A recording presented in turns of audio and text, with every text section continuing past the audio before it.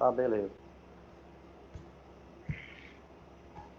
Boa tarde a todas e todos. Nós estamos começando aqui mais uma live da Casa de Cultura Livre Olho d'Água. E hoje, né, como todas as quartas-feiras, nós vamos discutir temas afetos, né, os saberes e fazeres, a cultura popular, né? E para essa live nós convidamos o Irani Medeiros. O Irani aqui da Paraíba, né? É da cidade de Pombal. Né? Ele é escritor, poeta, filósofo, biógrafo, pesquisador. O Irani bate perna aí pelo mundo das ideias e também, principalmente, né, pela pesquisa. E a pesquisa, o Irani, eu vendo o Irani esses dias, eu me deparei com já havia ouvido muito falar dele, mas eu não tinha lido nada dele, que é o Luiz Antônio Simas, que é um historiador do Rio de Janeiro, né? E quando eu li um texto dele esses dias, eu me lembrei muito do Irani, né? Que ele fala nesse texto que ele não gosta do Brasil, ele gosta das brasilidades, né? Que é aonde é formado esse caldeirão cultural brasileiro que geralmente ele não é mostrado, né, para a maioria do povo brasileiro, né? A gente sofre diversas influências aqui no Brasil, mas a gente tem a história daqueles que venceram, não a história daqueles que fazem, né, a cultura cotidianamente. Né, a gente vai dando umas mexidas aí para ver o que o Irani já fez, né? Ele fez muita coisa, né? Trabalhou com a Chica Barrosa, né? A historiografia dela, a biografia dela, muito importante, né? Tem diversas figuras importantes, tanto aqui para Paraíba, né? Para Paraíba não, para o Rio Grande do Norte. Tem o Bellarmino de França, tem o Josué da Cruz. Não, Pinto de Monteiro, Chica Barrosa, Fabião das Queimadas, Leandro Gomes de Barro, também o Augusto dos Anjos, né? Mas aí eu vi uma figura que ele escreveu também sobre, né, que é uma figura muito importante, e eu tive a felicidade de conhecer uma sobrinha neta dela em São Paulo, né? Há muitos anos, eu devia ter uns 20 e poucos anos, e ela me falou, olha, a minha tia foi a primeira parlamentar, minha tia-avó foi a primeira parlamentar do país. Aí eu não conhecia mesmo, né? Mas quem? Alzira Soriano. Aí eu li algumas coisas da Alzira naquele tempo e nunca mais, né? Nunca mais ouvi, raramente, inclusive em atividade, provavelmente o Rio Grande do Norte, né, as mulheres militantes, feministas, devem colocar sempre a importância da Alzira lá no Rio Grande do Norte. Né? Mas ela foi muito importante para o Brasil, para a luta das mulheres. Né? Era um momento, aquele momento, né, que tinha um movimento sufragista, né, que as mulheres não podiam votar, e aí surge um movimento sufragista na Europa, né, as mulheres trabalhadoras, né, tem filmes hoje sobre as sufragistas, né? E que provavelmente a Alzira estava orientado por esses movimentos também. Né? E ela entrou na vida política muito cedo, né?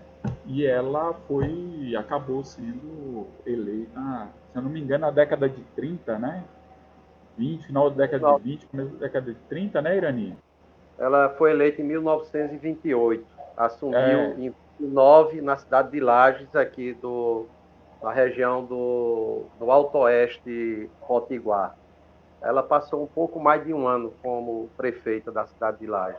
E aí veio o golpe em 30 de Getúlio Vargas e afastou os prefeitos, né? Aí foram nomeados intendentes e interventores dos estados, né? Lá no Rio Grande do Norte foi um camarada chamado Mário Câmara. E aí a Alzira não aceitou, né? E aí renunciou, teve que se afastar. Sim. Então, aí o Irani foi lá e trouxe aí, né, a biografia Porque, dela também. na verdade, ela foi eleita a primeira prefeita no Brasil e na América Latina. Então, o Rio Grande do Hum. Norte foi pioneiro no sentido de liberar, de ter liberado o voto das mulheres, o voto Das mulheres. feminino. É, Mas ela também foi deputada federal depois? não, não. Não, não foi. A primeira deputada estadual do país foi uma senhora também do Rio Grande do Norte chamada Maria do Céu Dantas Fernandes. Foi a primeira deputada estadual eleita no Brasil. Certo? Certo. Morreu há poucos anos atrás. Uhum. Certo? Então, o Rio Grande do Norte foi pioneiro nesse aspecto, tanto do voto feminino, quanto da primeira mulher eleita prefeita no Brasil e na América Latina e a primeira deputada estadual do país eleita. Olha que interessante. Bom, enfim, né, tem o Irani desses pesquisadores que fazem essa mexida aí, vai para a história, vai É, para, né, vai para a poesia, vai para a literatura, vai para todos os cantos, né, Irani? isso. E tem figuras que, por exemplo, você tem essa biografia, mas você tem a sua. São 18 livros, né? Ou mais. Tem um pouco mais, porque inclusive alguns eu nem os tenho comigo, né? Porque eu vou vendo, dou, tá entendendo? Então, Uhum. pela quantidade de livros que eu já publiquei, eu era para ser um cara rico, se ganhasse dinheiro com cultura, com literatura principalmente, né? Mas são vários livros, né? Inclusive alguns que já estão aí já escritos, prontos para serem editados, né? Legal. Aguardando só a oportunidade, quando passar aí a pandemia do coronavírus, ver o que é que eu vou fazer. E que é Né? interessante, você tem uma coisa interessante, essa coisa do encontrar figuras, como por exemplo a Chica Barrosa. Como é que E, você encontrou essa figura?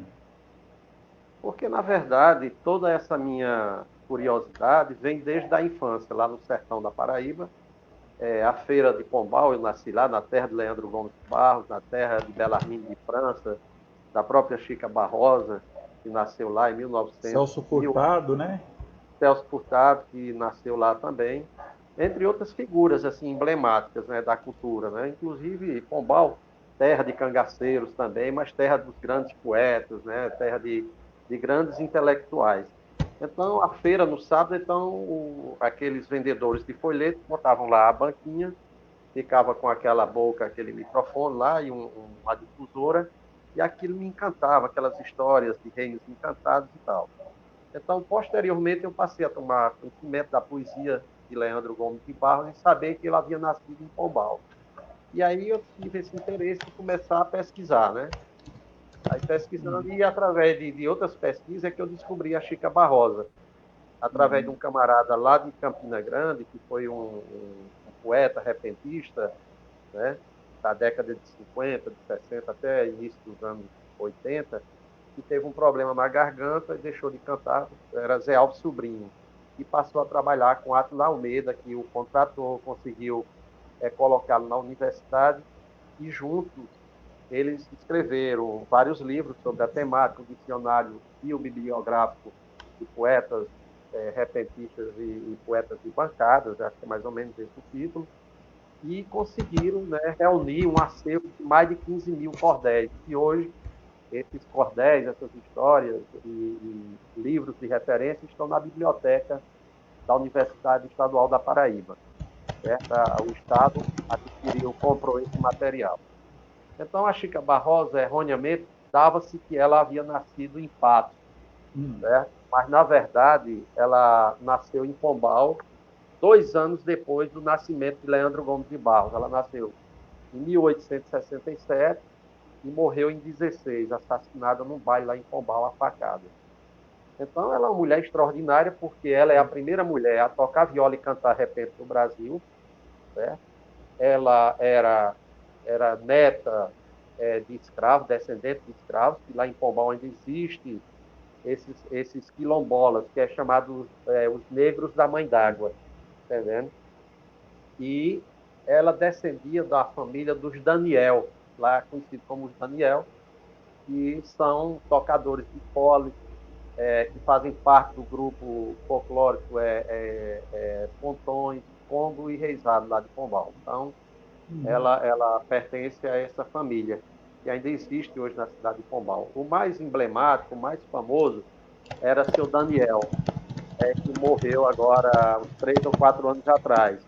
Mas ele conseguiu passar essa tradição de tocar o fole, de organizar os pontões na festa do Rosário em Pombal, que é quando ele sai, ou quando, de vez em quando, ele sai para alguma apresentação fora de Pombal. Então, a Chica Barrosa, ela realmente é essa criatura fantástica, né? E mesmo sendo analfabeta, mas era uma repentista extraordinária. No livro que eu escrevi, Chica Barrosa, Rainha Negra do Repente, tem um desafio dela com um rico fazendeiro lá de São Gonçalo do Amarante, no estado do Ceará, chamado Neco Martins. Então, é uma coisa fabulosa, extraordinária. E por aí vai. Então, eu resgato aí, eu não gosto muito dessa palavra, mas eu trago à memória, principalmente dos pesquisadores, dos jovens estudantes, essas figuras que estavam completamente esquecidas. Ou seja, tem a ver com a temática da nossa discussão hoje aqui, que é dar voz a essas figuras invisíveis, né, que estavam invisíveis dentro da cultura popular brasileira, certo? Que é a mais rica do mundo, né? E a nossa cultura, ela recebe a cultura popular, a influência africana, né? Africana, ela recebe a influência ameríndia e recebe a influência europeia, né, do nosso colonizador, que veio com o nosso colonizador.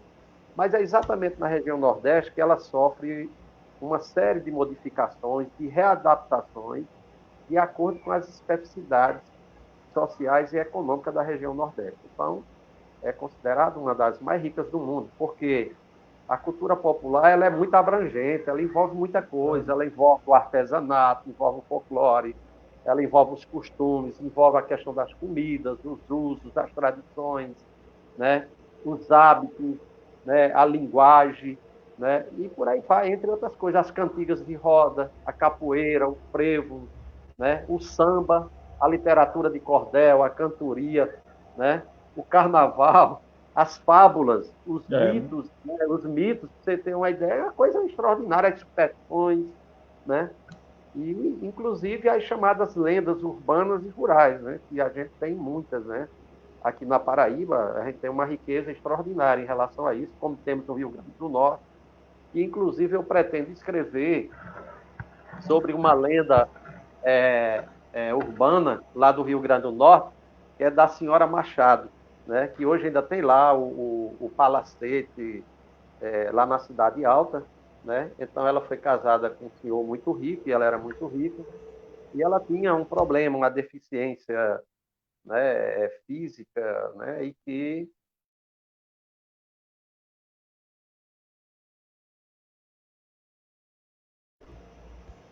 Dani, eu acho que deu uma travada aí, viu? Dani, tô achando que deu uma travada na sua câmera. foi aqui, eu acho que foi um problema na internet aí. É, A você, internet é, é boa, mas acho que cai de vez em quando. mas Bom, continue, pode continuar, tá muito bom pronto. aí. Então, a senhora Machado tem esse palacete lá e tal, então ela tinha essa deficiência, e para resolver isso, é a chamada lenda do Papa Figo. Então, ela, Ah, como tinha dinheiro, então tinha alguém que pegava as crianças na rua de desculpa, Natal, mas de onde que é, Irani? é de Natal, né? Natal, o Papa É, Figo é de Natal. a senhora Machado, né? Que ela é considerada como a mulher que comia o fígado de crianças para resolver esse problema, né? Dela, que crescia as orelhas e tal. Tudinho tem uma lenda, essa lenda urbana do Rio Grande do Sim. Norte, tá vendo? Mas Como ela aqui está a gente. espalhada, por exemplo, eu sou pernambucano, né? Ela É, chegou no interior de Pernambuco, viu? sim, sim, porque a lenda do Papa Figo ela é antiga, né? Aham. Ela, não, ela remonta a muitos anos, desde antes do colonizador chegar aqui, e já existia. Agora, essa que eu estou falando especificamente da senhora Machado é do século XX, né? Já final do século XX, em que existiu essa senhora no Rio Grande do Norte, em Natal, que comia fígado de criança para resolver esse problema. que é uma história que eu pretendo escrever, tá entendendo? Também, né? Resgatar Uhum. isso e tudo mais, né? Dentro desse aspecto também da cultura popular, que faz parte dessas lendas urbanas, as lendas rurais e tudo mais. Sim, então, a gente tem aqui, o Nordeste realmente é um celeiro de muitas expressões, né? Muitas expressões mesmo, né? É uma riqueza. A gente sai de cada região do Nordeste, de estado para estado, é de uma grandeza enorme. Infelizmente, né? Tem um aspecto que hoje acaba apagando muito, acaba silenciando muito, né? As diversas expressões, que é essa indústria cultural, né, de massa, né? E se você vai massificando música, vai massificando teatro, cinema, né? Linguagens, né? Sotaques, ou seja, o diferente, né? As diferenças têm tido pouco espaço, mas enfim, eu acho que esse é um aspecto que tem sempre que ser uma preocupação nossa. Aí você vai discutir, vai tirando, apresentando para nós outros personagens aí, né?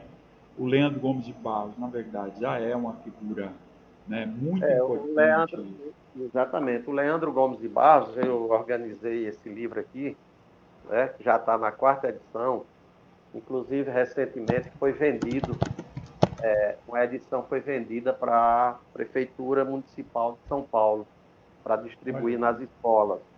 Uhum. Então, veja só, o Leandro Gomes de Barros, ele é um cara descobridor dessa seara nova que é a edição, a publicação da literatura de cordel, dos folhetos propriamente dito. Então, ele vai embora da cidade do Teixeira, ele sai de Pombal, vai ser criado pelo um tio, que era o padre Xavier, e depois, com uma certa idade, acho que entre 14 e 15 anos, por aí assim, ele vai embora para a cidade do Recife, né? Vai sozinho, e lá ele já escrevia, né? Ele lia muito na biblioteca do tio, né? Que importava livros, inclusive da Europa, que naquele tempo era muito difícil, né? Você adquirir livros, principalmente aqui no Nordeste, na Paraíba, ainda mais no interior do estado. E ele lia muito. Então ele passa a editar, né? Escrever e editar, não somente as histórias dele, mas de outros poetas, exemplo de Silvino Pirauá Lima, entre outros, né, daquele período dele, né, daquela época dele, e tudo mais, né? E ele viveu exclusivamente disso, né? Porque ele Uhum. criou um sistema de marketing na literatura que é uma coisa extraordinária. Geralmente tem histórias dele que ele começava e não concluía, anunciava a conclusão no folheto seguinte, que era uma forma de manter o leitor preso, né?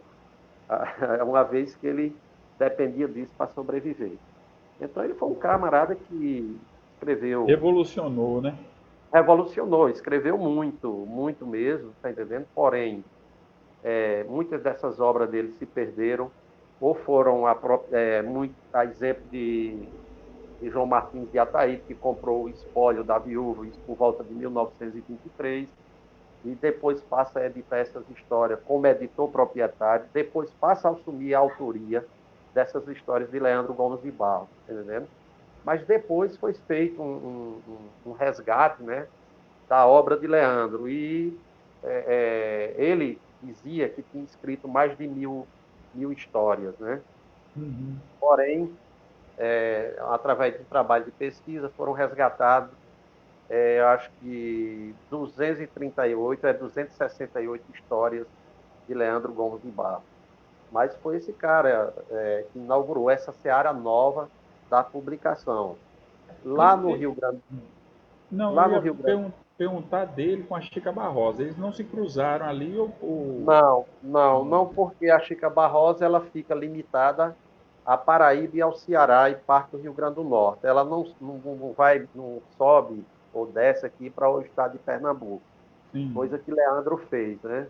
Então, Leandro era um cara que a gente chama poeta de bancada, ele escrevia, ele não tocava nada. A exemplo de Chica Barrosa, que fazia os versos de improviso, tá entendendo? Embora tenham nascido muito próximo, do ponto de vista ela nasceu em 67, ele nasceu em 1865, entendendo? E aí, mas não se cruzaram, não se cruzaram. Né? Mas ambos são grandes, são Mas extraordinários. os ecos da Chica chegou longe, né? São Paulo chegou na Maria Ananias, você fez chegar, é ela, né? Exatamente, ela está estudando, né? A Maria Ananias está estudando, inclusive ela esteve aqui no Rio Grande do Norte, eu estava lá em Natal, e ela fez uma longa entrevista comigo sobre Chica Barrosa, sobre esse trabalho que eu faço, para servir de base para o trabalho que ela está escrevendo lá, porque acho que é uma tese de doutorado ou é mestrado que ela está fazendo lá na USP, né?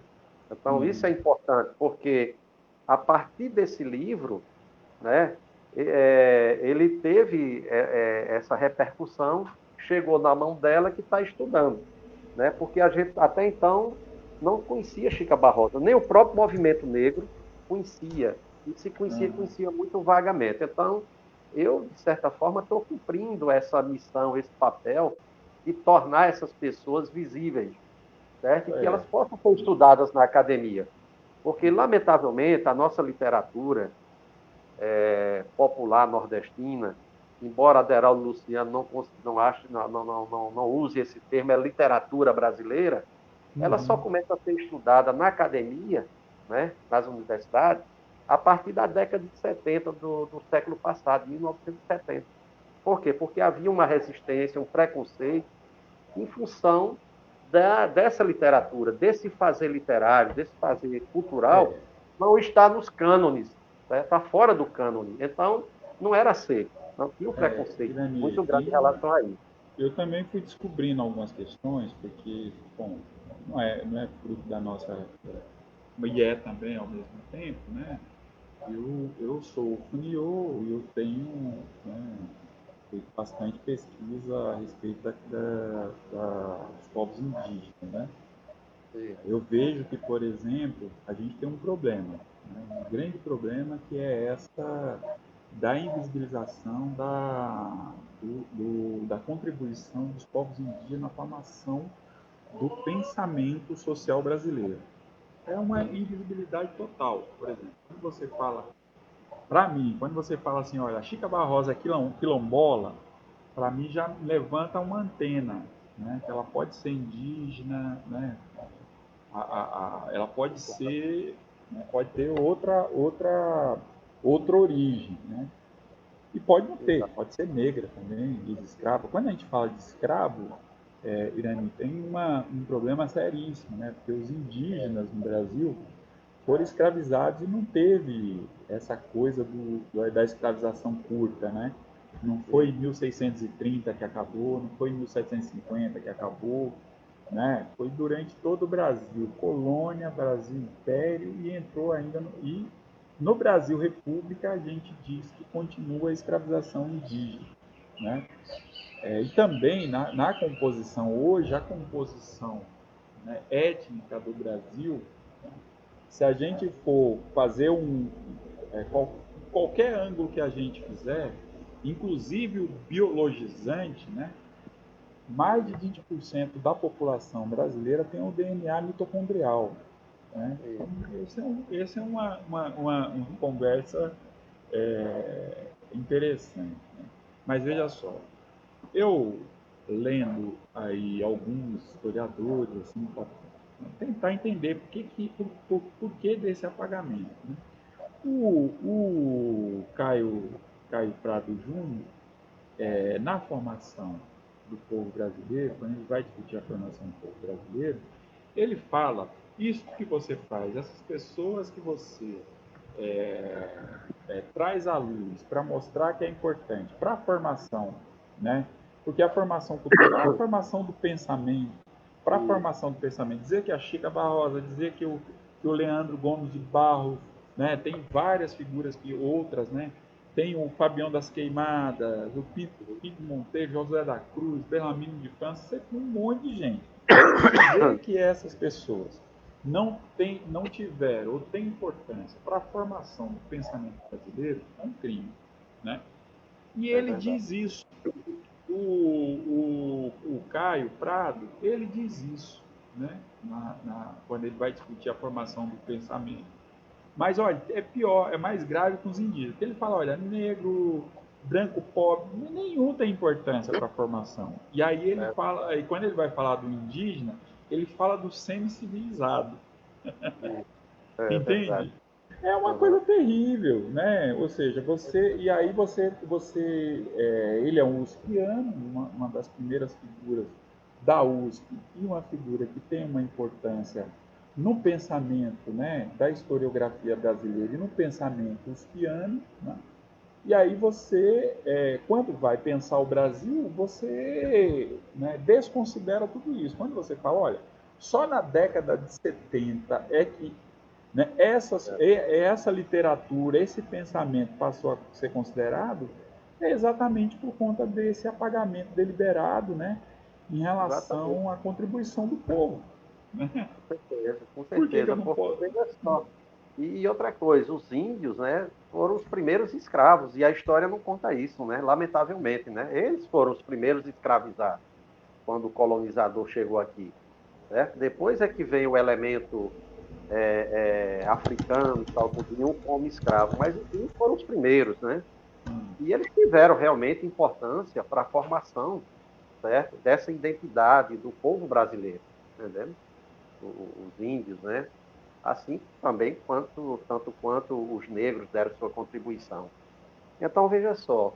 Então, essa literatura, né, que é riquíssima, sobretudo a literatura, mas esse aspecto da cultura popular, né, dizia Átila Almeida que na literatura popular, na poesia popular, está todo o enraizamento da chamada literatura, da chamada poesia erudita feita no Brasil.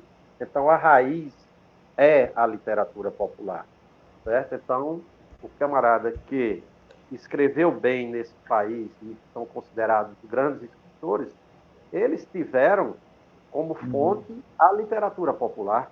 Né? Basta ver Guimarães Rosa, né, que escreveu uma obra extraordinária, tá entendendo? E tantos outros, Elins do Rego, né, com a Raquel de Queiroz, né, entre outros, né, tiveram como base essa literatura, chamada literatura popular, uma literatura feita 90% por pessoas iletradas, né, pessoas que não tinham um conhecimento formal, não tinha uma formação, né, escolar qualquer, às vezes muito precária, exemplo de Bellarmine de França, que estudou 43 dias, mas foi considerado um dos maiores poetas glosadores do Brasil. É o único poeta glosador que é verbete na Enciclopédia Barça como um dos maiores, mais geniais, né? E então, você vê, até hoje se esconde isso. Recentemente, um É, amigo nosso colocou um trecho da música que Zé Ramalho gravou, que é um poema de Otacílio Batista, Mulher Nova, Bonita e Carinhosa, faz o homem gemer sem sentir dor, esse é o refrão. Ele colocou uma parte lá dizendo que era de Zé Ramalho. Aí eu contestei, não. Ele não sabia que era de Otacílio Batista. Quer dizer, aí ele depois se retratou dizendo, tudo bem, Zé Ramalho gravou, canta. Pois é. Então, pois é, e ainda é teve igual, comentário, né? é Porque igual, na letra fala de Cervantes, né? Tem lá um trecho que fala de Cervantes. E teve alguém que disse, não, a gente sabe que os nossos cantores populares também são eruditos, ou seja, como se Otacílio Batista não fosse capaz de citar Cervantes e leu Cervantes, com certeza, né? é, Os caras leram, né? você vê que é Então, interessante. Desculpa, pode falar. não, então é preciso que a gente que faz esse trabalho, que desenvolve esse trabalho, que a gente valorize cada vez mais esse aspecto, né, do nosso povo, né? Porque é uma cultura feita pelo povo e para o povo, né? De uma forma democrática, porque a cultura popular, de um modo geral, ela não requer assim muito aporte de dinheiro, tá entendendo? Então, ela é feita com pouco para muitos, tá entendendo? Diferentemente da cultura erudita ou da indústria cultural, que geralmente é feita por pessoas que têm grana, que têm dinheiro. A cultura popular não, né? E a cultura popular ela preenche uma série de aspectos na sociedade, né? sobretudo da questão historiográfica, da questão jornalística, da questão sociológica, da questão antropológica, certo? Da questão, diria até filosófica, que ela está inserida na comunidade, ela está inserida naquele meio e ela preenche esses vazios nesses aspectos do conhecimento humano. Né? Você sabe que é uma coincidência também, algum tempo atrás, eu conversando com alguém a respeito de onde eu era, que eu sou de Catende, né? Aí me falaram assim, não, Catende, aquela cidade da música do Alceu Valença. Aí eu falei, olha, então, é essa cidade mesmo, mas a música não é do Alceu Valença. É de João É um Cabral de Melo poema. Neto, um poema. É. Não, não, é do Ascenso Ferreira. Ah, do Acerto Ferreira, eu vou danado para Catenda, vou danado para Trem de É, Alagoas, vou danado para Trem de Catende, vou Alagoas, é, danado de para Acerto, é. Catende. É, Do Ascenso Ferreira. E aí eu tive que falar um pouco do Ascenso, da importância dele, né? No movimento de 22, né? E a sua importância na revista Pau Brasil e tudo mais, né? Mas você falando isso, eu também lembrei de uma outra coisa.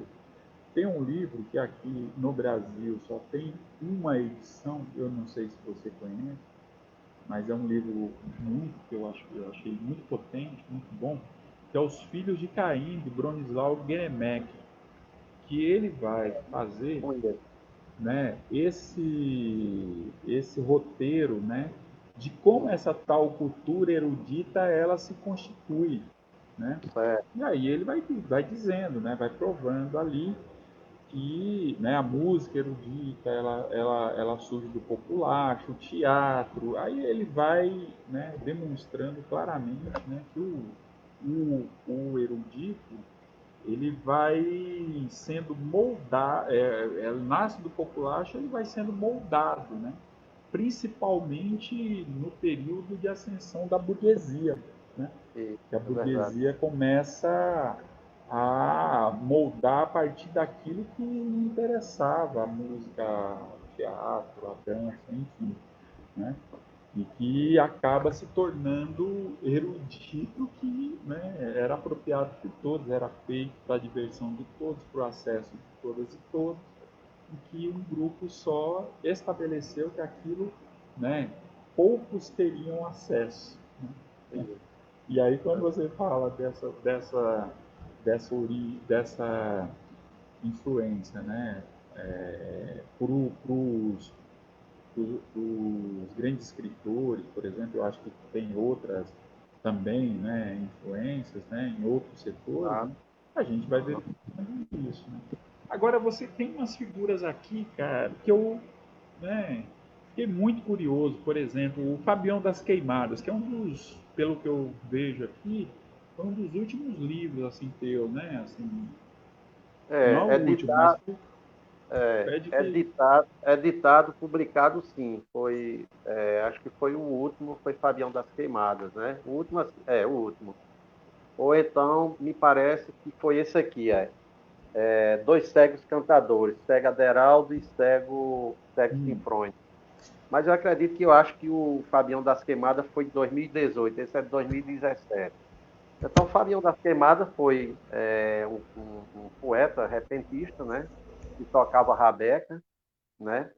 E que está ligado ao cancioneiro, ao ciclo do gado, né? Lá no agreste do Rio Grande do Norte, naquela região de Santa Cruz do Inharé, né? São Paulo do Potengi, Barcelona, aquela região todinha ali, onde ele viveu. Então, ele nasceu escravo, né? Mas logo cedo ele descobre essa vocação para trocar rabeca, né? E o fato da mãe dele, né, viver na casa grande, né, e inclusive servindo até ao patrão, ao dono dela, que era o capitão José Ferreira da Rocha, e tudo indica que o Fabião seja realmente filho do capitão José Ferreira da Rocha, até porque que era uma situação muito comum na época, né, os donos de escravos, os senhores de escravos, que utilizaram sexualmente, né, das negras, que por sinal muito bonita a mãe de Fabião, né, que ele, inclusive, o registra como Fabião Hermenegildo Ferreira da Rocha, dando o sobrenome dele, né, a Fabião. E o coronel teve 2 filhos, um que chamava-se Manuel e outro Felipe, né? E que tempos depois o Zé Ferreira da Rocha divide uma propriedade, né, perto de São Paulo do Potengi, aliás, entre São Paulo do Potengi e Barcelona, chamado Riacho Fundo. Era uma propriedade muito grande e essa propriedade é dividida entre os 3 filhos, né?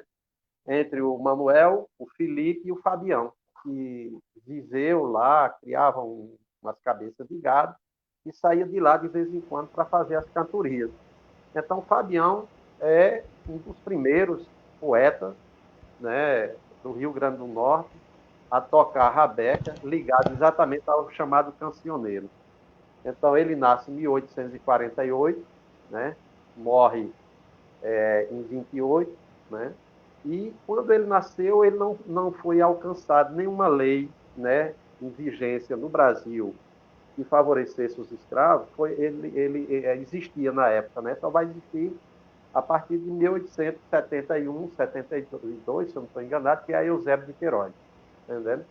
Mas ele é liberto pelo o capitão, dando uma carta de apresentação para ele se apresentar nas fazendas dos ricos fazendeiros da região, que pagavam muito bem a ele. E assim ele viveu, respeitado, até morrer em 1928. Inclusive, ele esteve por diversas vezes em Natal, né, participando de alguns eventos, na companhia do Câmara Cascudo, o grande pesquisador, o grande folclorista, o grande escritor Câmara Cascudo. Né? Mas Câmara Cascudo, até certo ponto, mesmo conhecendo, né, se reporta a ele, né, de uma forma, eu diria, até preconceituosa, tal, tudinho, né, dando uma descrição física dele, né, de forma, eu diria, preconceituosa. Claro que os padrões da época, tá, sendo Câmara Cascudo, filho de coronel, né, de fazendeiro rico lá de Campo Grande, né, e o pai Cascudo era, se eu não estou enganado, era tenente da Polícia Militar do Rio Grande do Norte, né? Inclusive, tem até umas histórias com o pai de Cascudo, que é quem reprime um movimento messiânico existente na Serra de João do Vale, que fica naquela região acho que é do Médio Oeste, Potiguar, ali já próximo a Patu, né? Chama-se Campo Grande, e hoje, antigamente, era Augusto Severo, o nome dessa cidade, em homenagem ao balonista, ao aviador Augusto Severo, o pioneiro e tudo mais. Então, Cascudo é quem reprime isso, né? Isso em 1899 a 1900, mais ou menos por aí, essa data. Inclusive, eu estou escrevendo um trabalho sobre esse movimento messiânico na Serra do João do Vale, fazendo um contraponto, com os vários movimentos messiânicos existentes no Nordeste brasileiro. E a maioria deles tiveram origem na área, no sertão, né? na área rural. Né? A exemplo de Conselheiro, o Beato Zé Lourenço, Joaquim Ramalho, que é esse lá da Serra do João do Vale, né? E por aí vai, entre outros. Né? Então, na década de 80 é que a gente tem um movimento desse em Campina Grande chamado Borboleta Azul, com o Rodão Mangueira, que eu também faço uma referência nesse trabalho que eu estou escrevendo sobre esse movimento messiânico na Serra do João do Vale. Então, Posso te falar um aspecto importante, talvez você e está também ligado também a um aspecto da cultura popular, né? mas A crença religiosa e tal, sim. tudo, né? Que é um aspecto da Sim. nossa cultura popular, né? Não, eu ia te dizer o seguinte, que no século XVIII, em 1750, que é feita a repactuação, né, do Tratado de Tordesilhas, você Sim, tem, né, esse processo de expulsão dos jesuítas e você tem a resistência das missões, certo? isso. Você sabe que eu encontrei uma missão que fez resistência 1760, 70, eu encontrei esse texto aí pela Universidade Federal do Rio Grande do Norte, que foi uma missão potiguara, né, com jesuítas, potiguara, aí no Rio Grande do Norte. Resistiu durante muito tempo essa missão. Porque tem um escritor lá do Rio Grande do Norte, que já faleceu, chamado Olavo de Medeiros Filho. Ele escreve exatamente, eu acho que tem a ver com a chamada Guerra dos Bárbaros, não é isso? Não sei se Houve aqui essa o nome... resistência. Eu não sei se aqui, né, é esse o nome que deu a essa missão. No Rio Grande do Sul, naquela região sul, na verdade, muito conhecido na história como Guerras Guaraníticas, né? Tem até aquele filme A Missão, né, com Robert De Niro, né? Mas era as guerras para não contra o fim das missões e expulsão dos jesuítas, né? Os jesuítas acabaram ao longo dos anos, né, cometeram muitos erros, né, assim, mas que estabeleceram também uma relação com os povos indígenas também muito forte, né, em vários aspectos, né. E o Rio Grande do Norte, eu lembro dessa missão que teve essa resistência. Eu estou falando isso porque quando a gente fala do aspecto religioso, eu acho que essas guerras, essas resistências, né, elas têm uma composição muito forte de indígena, né? Muito forte de indígena, né? Verdade. Nos sertões... Dessa missão especificamente sobre a expulsão dos jesuítas do Rio Grande do Norte, eu não tenho conhecimento. Eu tenho conhecimento dessa chamada Guerra dos Bárbaros, que eram os janduís, né, e tarariús, né? E o rei dos janduís capitula com os holandeses, está entendendo, para ocupar o Rio Grande do Norte. E depois há uma guerra, né, contra os próprios holandeses, expulsão dos holandeses e tudo mais. Sim, E sim. quem escreve Não, isso é mas não é essa, não. Olavo de Medeiros. Não é essa, não. Então, Não, é porque essa é anterior, se eu não me engano. é Né? anterior, né? Isso. É anterior, se eu não me engano, é anterior. Essa é posterior, essa já é no século XVIII, aí, Tá. 1760, Isso. 1770, já Verdade. é posterior, né? Uhum. E essas Isso. guerras eu penso sempre que essas guerras de resistência com aspecto religioso, né?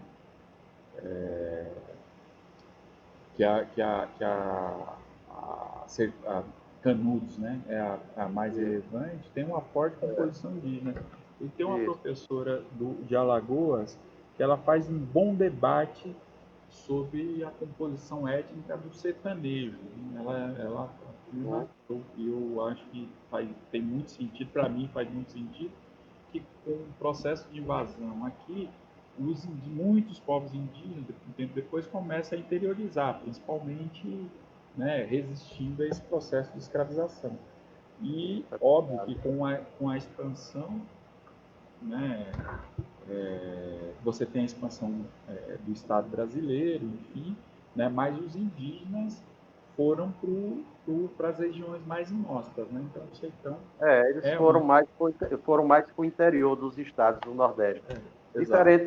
Diferentemente do negro, né, do africano, vamos dizer, o negro, né, ele fica mais na região do Agreste e na região do litoral, né, os negros, né, diferentemente que há uma interiorização maior, né, do elemento indígena, diferentemente do elemento africano, entendendo?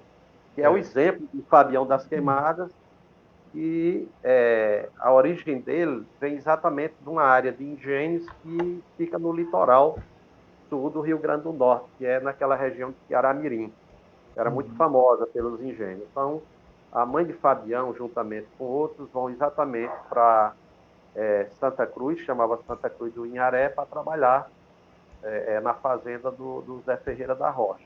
Entendeu? Então, ele fica naquela região. É tanto que Fabião não sai muito do Rio Grande do Norte.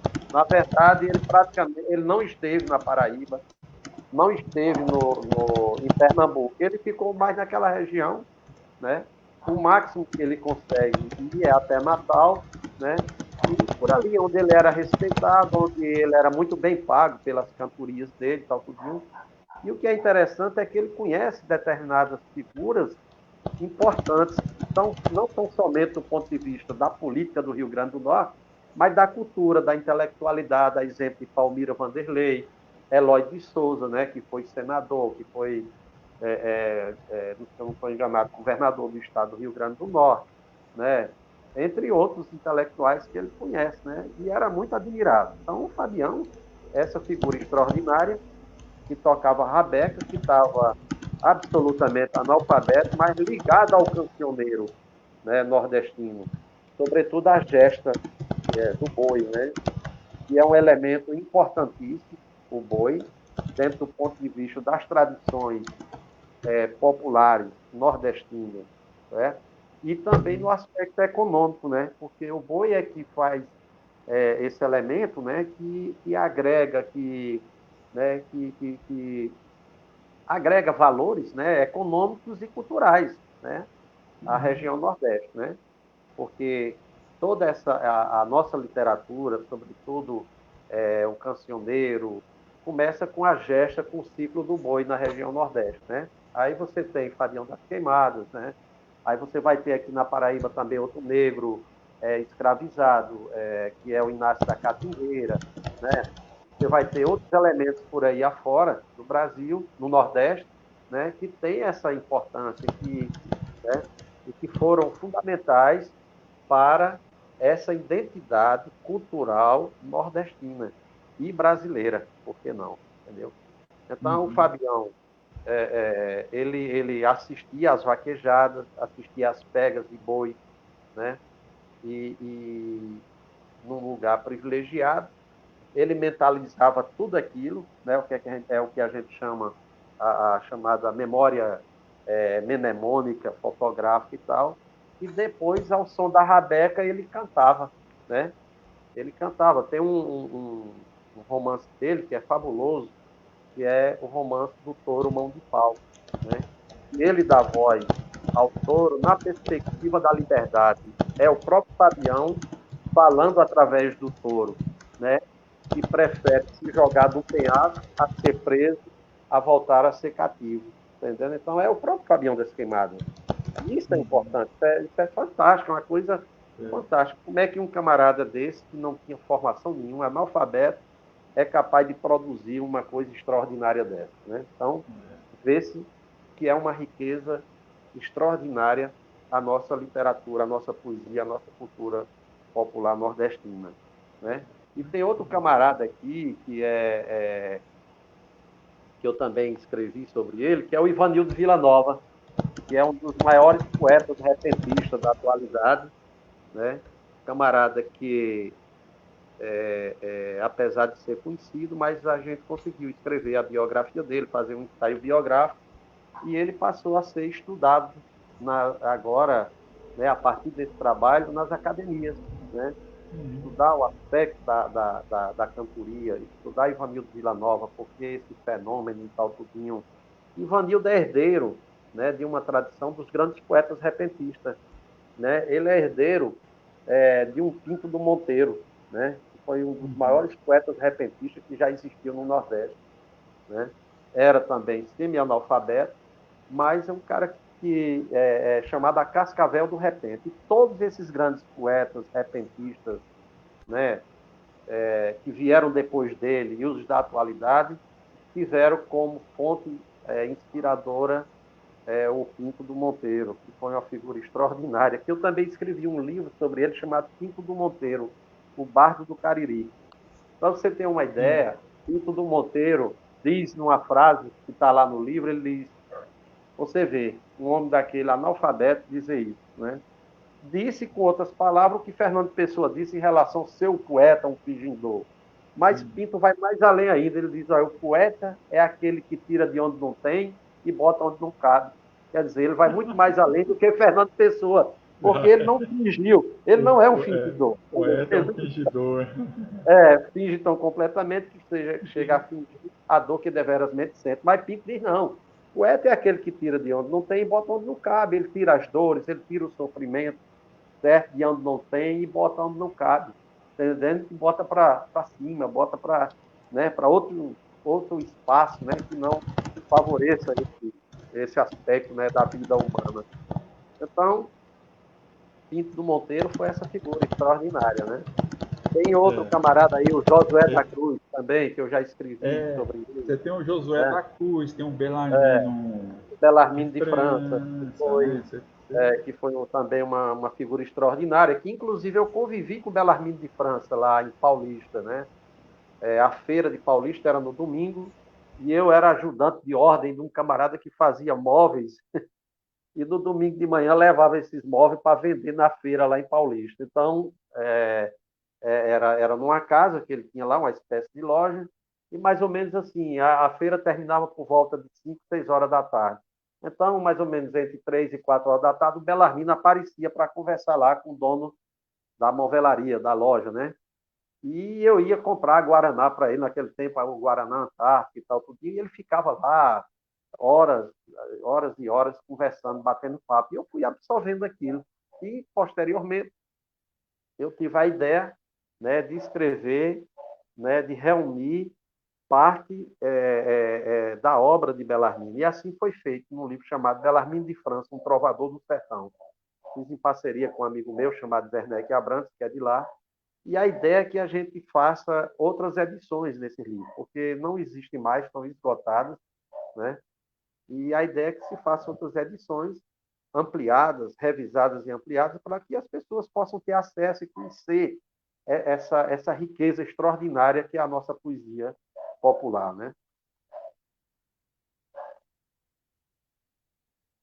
falar aqui uma coisa, porque é importante, né? Tem pessoas que estão mandando abraço, do Debiano, Aurílio Santos, a Zezita Matos, a minha irmã A também, Zezita é uma figura maravilhosa, quero muito bem a minha irmã também entrou aqui. ela, né?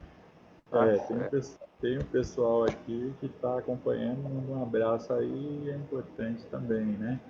Isso. Mas então, aí você teve essa convivência com o Belarmino, né? E aí o Josué da Cruz.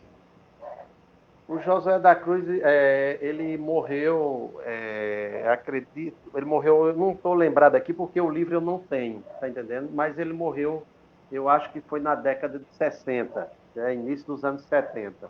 Entendeu? Ele era lá de Serraria, ali do Brejo Paraibano, né? Nasceu ali no sítio Araçá, que hoje pertence a Arara, cidadezinha ali depois de Solânia. Tá entendendo? Mas José da Cruz foi um cantador extraordinário, né? Além do que também ele escreveu algumas histórias em cordel, né? Tem uma história dele que ele retrata um acidente ocorrido em Solânia, entre Solânia e Arara, né? Então, estava havendo uma procissão e um carro desgovernado, camarada que fazia a feira Solânia-Arara, perde o controle desse carro, freia e passa no meio da procissão e morre muitas pessoas. Várias pessoas morreram. Então, Josué retrata isso, né? E Josué tinha um temperamento muito forte. Josué só andava armado, ora com revólver, ora com punhal. E no livro eu relato várias situações, inclusive que ele, lá na festa da padroeira em Serraria, né, em determinado ano, ele jogando aquele jogo de azar lá, que chamava-se Esprandim, tem um bozó, o caba roda aquele negócio e tal, tudinho.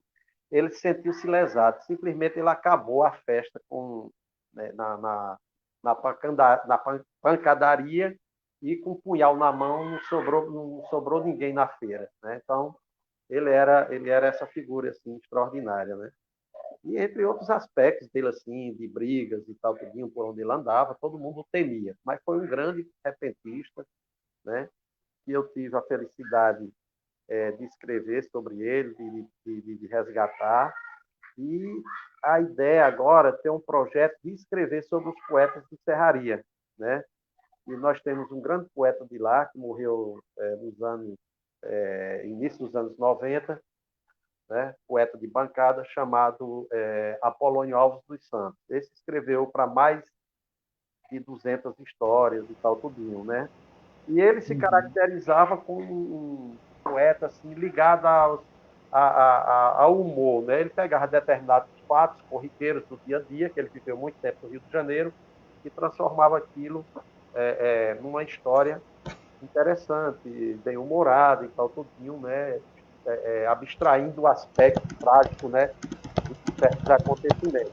Então, a ideia é reunir esse pessoal num trabalho, né, que eu estou fazendo em parceria com um amigo meu chamado Nemésio Cavalcante, que é de lá, né, para poder a gente ter aí a condição de publicar esse material e que as pessoas conheçam e estudem esses poetas, tá entendendo? Uhum. Então, eu quero até aqui agradecer ao William Costa e a Naná Garcês, juntamente com o Aldaci, que é o editor lá da página de cultura do Jornal União, que todos sabem eu estou Sim, você está escrevendo no escrevendo. jornal.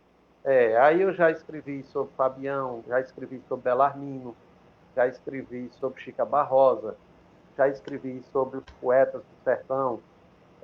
Agora, no sábado próximo passado, eu escrevi sobre Oliveira de Panelas, e no próximo sábado teremos a segunda parte, a conclusão, né? Porque falar de Oliveira num espaço limitado de um artigo não dá, né? Não dá, Então, né? eu dividi em duas partes. Então, veja só, escrevi sobre Cega Deral, né? E Cega Uhum. Deral é outra figura importantíssima de destaque dentro da cultura O popular nordestina.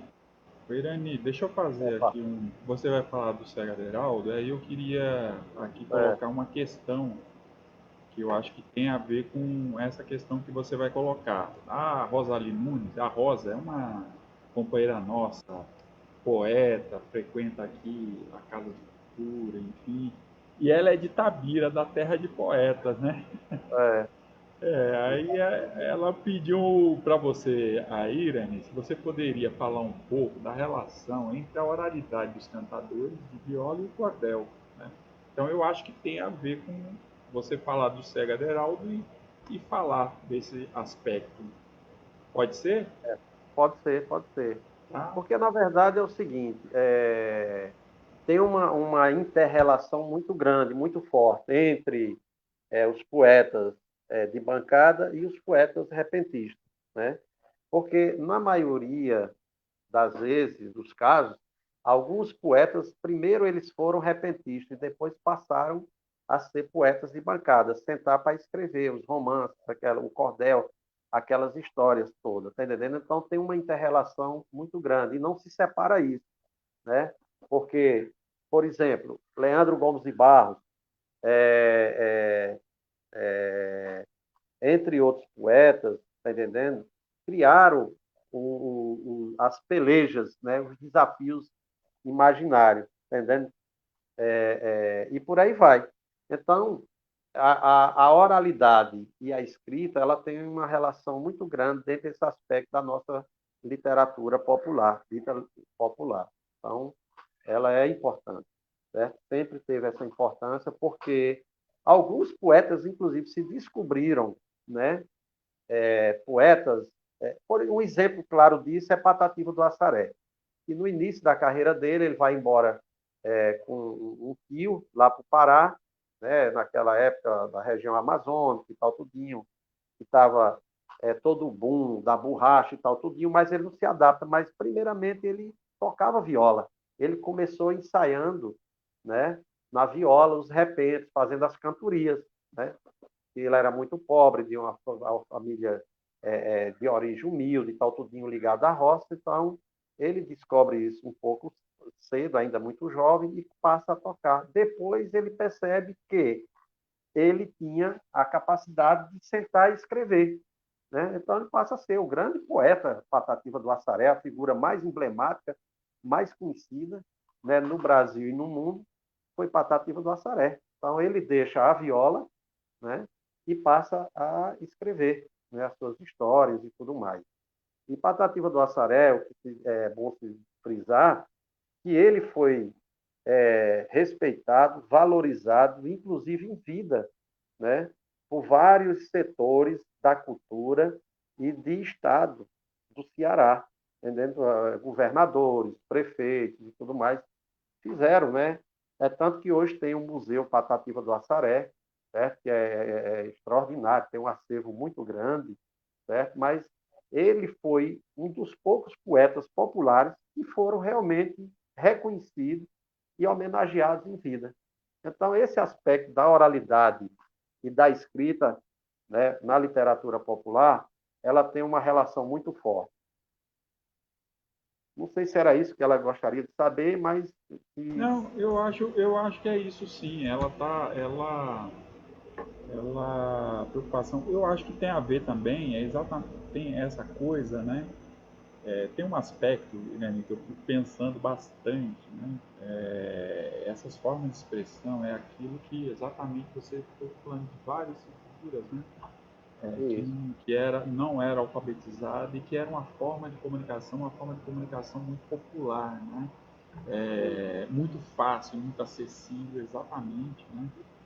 Por causa disso, né? Nós somos de tradição oral, né? Eu acho que tem Ah, e esse aspecto da oralidade é muito forte. 30% da população brasileira ainda é analfabeto funcional. Essa é uma isso, questão, né, é importante, né? verdade. E, né, e eu acho que é essa a questão. Eu acho que a Rosa estava querendo colocar um pouco como é que é essa tradição da poesia de cordel, ela se casa também, né? É porque, Uma na verdade, a gente sofre uma influência, como eu disse anteriormente, né, do elemento, né, o colonizador, do elemento europeu que vem para o Brasil, que se estabelece na região Nordeste, né, e que traz isso na bagagem, né, essa poesia que era feita lá em Portugal, feita na Provença, lá na França, feita na Espanha, tal, tudinho, e por sua vez já recebe uma influência árabe e tudo mais, quer dizer, vem lá da Ibéria e tudo mais, chega aqui, e ela é recriada, readaptada, dadas as especificidades sociais, econômicas, né, e políticas da região Nordeste. Então, o poeta de bancada, atento a isso, que era um homem do povo, porque o que eu disse, ele cumpre um aspecto, né, histórico, jornalístico, né, e sociológico e antropológico, porque ele escreve exatamente aquilo que acontece na região onde ele está inserido, certo? Ou naquele grupo social, ele passa a ser o historiador e passa a ser um jornalista, né? Quando não tínhamos ainda a televisão, quando o rádio era precário, quando não tínhamos ainda o jornal impresso, né? Então, o poeta de bancada, o cordelista, ele passa a escrever sobre aspectos, sobre determinados fatos históricos, certo? E determinados fatos do dia a dia ocorridos ali na comunidade ou na região onde ele vive. Né? Então, ele passa a ser o jornalista, ele passa a ser o repórter, ele passa a noticiar isso através do cordel. E ele acontecia, por exemplo, um determinado crime, um acidente, uma catástrofe, tal, tudinho. Então, ele sentava um dia depois, 24 horas depois, a história estava pronta. Ele estava narrando aquilo ali, ele narrava todo aquele acontecimento. Cumpria exatamente essa lacuna, né, essa brecha que não existia o jornal. Então, ele tinha esse papel fundamental. Entendeu? E muitas dessas histórias também, a maioria das vezes, elas eram cantadas, né, pelo poeta repentista, né, pelo poeta que ia para a feira vender o cordel, fazer sua cantoria de parede, às vezes ele cantava também isso aí. Então, essa inter-relação é muito forte, né? Itabira, onde ela mora, tem um poeta lá que é do Rio Grande do Norte, né? Ele é de Ouro Branco, né? Ali na região do Siridó, que é Sebastião Dias. É um grande poeta repentista. É, inclusive, o prefeito reeleito de Itabira, né? Então, por aí vai. Então, hoje os poetas se especializaram mais um pouco, estudaram, inclusive Sebastião é formado em História, Ivanildo tem 2 formaturas, entendendo?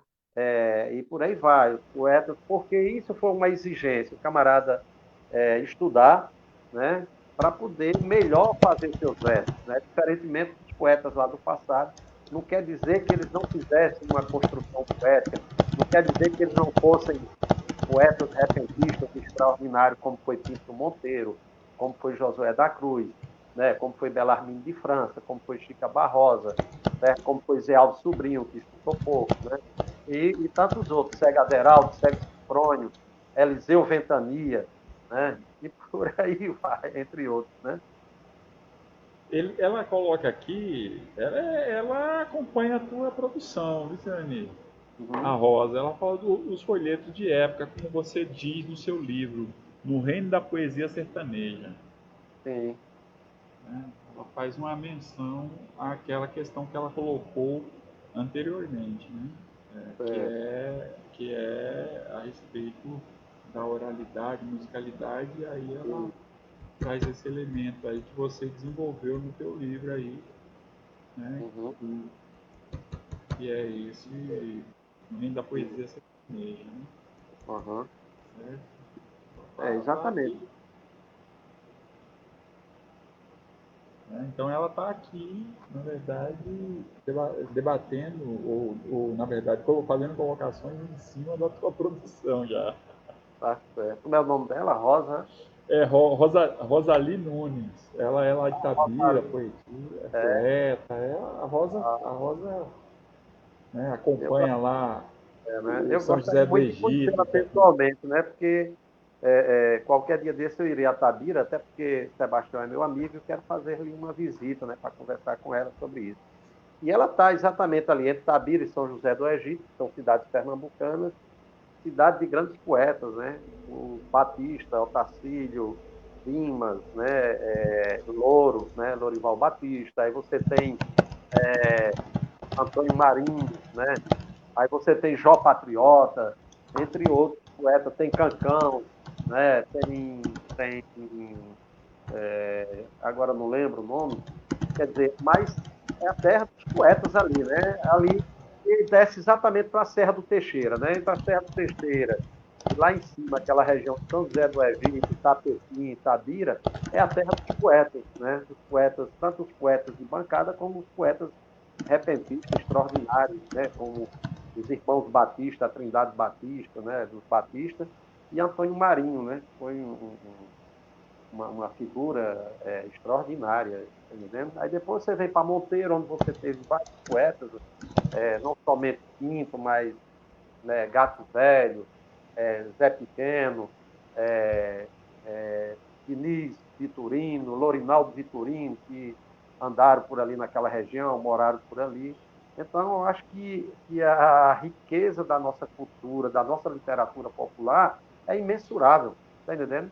Eu estou escrevendo sobre esses camaradas né, no jornal, então, se eu passar 10 anos escrevendo continuamente, todo sábado, ainda não esgotarei né, essa coisa aí, porque ainda terei mais 10 anos para escrever sobre esse povo e ainda não esgota totalmente, né? Porque é muito rica a nossa cultura. Né? Irene, agora é uma questão minha mesmo, né? Que a gente vê, né? Tantos poetas, né? Que têm uma contribuição muito grande aqui, nesse trecho aqui que você pesquisa mais, né? Paraíba, Rio Grande do Norte e Pernambuco, né? E aqui a gente não vê essa apropriação, né? Sendo feita nas escolas, né? Até o Marconi falou que recentemente, né, o cordel É, hoje, né, tem um indicativo de que o cordel seja trabalhado, né, na escola, ou seja, é um tema transversal, né? E a sim, gente não verifica essa expressão, né, nas escolas, né? A gente deveria, né, com muito mais efetividade, conhecer esses sim. autores, né? Que Aham, é muito importante, é fundamental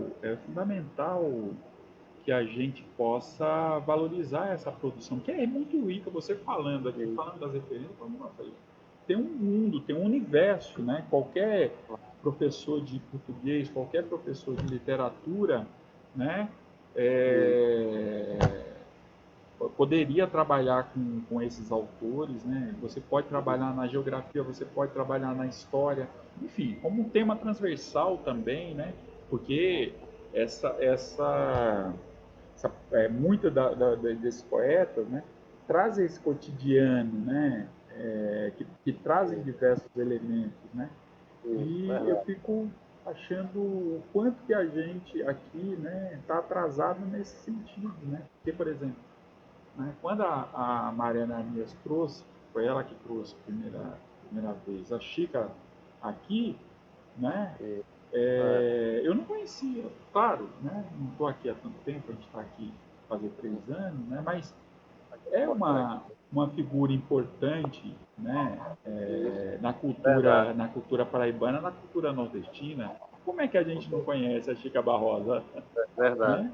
É uma coisa que isso não, é, não poderia acontecer. Essas figuras elas deveriam ser muito conhecidas, muito homenageadas, né? Pela sua contribuição, inclusive, né? Uma contribuição em condições muito difíceis, uma época muito difícil, não foi uma época qualquer, né? É verdade. Então, é um pouco triste isso também, viu? Um É, pouco porque, na triste. verdade, existem algumas pessoas abnegadas da área pedagógica que fazem isso, né? Por exemplo, eu escrevi e organizei esse trabalho sobre Leandro Gomes de Barros, sobre Chica Barrosa. A prefeitura, a Secretaria de Cultura da cidade de Pombal, também sobre Belarmino de França, nunca me chamou uma única vez para falar numa escola lá do estado ou da prefeitura sobre a vida, sobre a obra de nenhum desses três que são da região, né? Tem uma moça lá chamada Ione Severo que faz mais ou menos isso porque ela estudou aqui na universidade e o mestrado dela foi em cima de algum aspecto da obra de Leandro Gomes de Barros. Veja só, recentemente faleceu um camarada extraordinário, era meu amigo, um pesquisador, um escritor fantástico, um cordelista extraordinário chamado Arievaldo Viana. Arievaldo escreveu a biografia de Leandro. Então, num período lá que inauguraram chamado o Ano Cultural Leandro Gomes de Barros, eu não fui chamado. Arievaldo foi, outras figuras foram, Aderaldo, Luciano, tudo bem, são pesquisadores, são caras, tá entendendo? Mas eu que fiz o primeiro trabalho sobre Leandro Gomes de Barros, não fui chamado para absolutamente nada. E sequer a prefeitura me comprou um exemplar desse para colocar nas escolas, certo? Então, é exatamente isso, é o desinteresse, né, por parte do poder público, certo? A falta da compreensão, né, e da importância que essa literatura tem, certo? Para a formação das novas gerações, das gerações presentes e futuras. Tá entendendo? Aqui na Prefeitura de João Pessoa, eu desenvolvi um trabalho que era chamado O Cordel na Sala de Aula. Apresentei o projeto, foi aprovado em todos os setores. Quando chega na hora lá do secretário, da secretária, que inclusive é uma professora da Universidade Federal, hoje é pró-reitora, não sei de que lá, né? Quando chega na hora lá de bater o martelo, ela diz: Olha, tudo bem, o seu projeto foi aprovado, é maravilhoso. Ela pega o meu projeto e passa para uma professora que é da casa desenvolver esse trabalho nas salas de aula, certo? Eu não vou dizer o nome da professora e tal, tudinho, mas ela fazia um trabalho com a vaquejada, com a pega de boi lá em São José dos Ramos, terra de um grande poeta, um dos maiores poetas, lamentavelmente morreu cedo, chamado Manuel Chudu. Certo? E em breve, a editora da, do Jornal União, que foi inaugurada uma editora, irá publicar esse livro, Manuel Chudu, o Rei da Viola. Então, um livro completo, ou quase completo, sobre ele. Então, veja só, e esse Eu não sei projeto se não foi. você conhece, eu não sei se você conhece o Cordel do Fogo Encantado. Eles citam Conheço. muitos desses cantadores aí, desses Cita, poetas, cita, né? ele cita o Manel Chudu, o Santana é um cara que inclusive, ele, juntamente com um cara, um jornalista lá de São José do Egito, chamado Ézio Rafael, organizaram um livro sobre João Paraibano, né, que ele cita muito os versos de João Paraibano. Né? Então, veja só. Aí a secretária passa e, na verdade, não foi à frente. Porém, por iniciativa própria, eu fiz várias palestras em escolas da prefeitura, né? Inclusive uma lá no Zé Américo, onde eu levei o meu acervo, onde eu falei das técnicas e tudo mais. E a diretora, sensivelmente, disse: Olha, vamos fazer o seguinte: era um pessoal do EJA, né, daquele negócio de jovens e adultos, né, alfabetização de jovens e adultos. Então, eles propuseram como trabalho cada um escrever a história da sua vida através de cordel. Então, muita gente escreveu, né? Então, eu corrigi, eu selecionei esse material e um senhor, já de uns 60 e poucos anos, seu José, morador do bairro, escreveu tanto no formato de quadra, como em cestilha, a história dele. Então, eu fiz a correção, tal, tudinho, e foi a melhor história. Então, eles tiveram a sensibilidade, fizeram a cota lá, e eu peguei esse material, fui para Campina Grande com a gráfica lá, que é especializada em publicação de cordel. Na época, Manuel Monteiro, o grande poeta Manuel Monteiro, estava vivo, foi comigo lá. Quer dizer, então publicou-se 500 exemplares, foi editado, e na formatura deles, esse livro, esse cordelzinho foi lançado. E simplesmente hoje, ele já escreveu mais de 30 histórias. Então, descobriu-se um talento, né, para a poesia a partir de uma pequena intervenção que eu fiz na escola.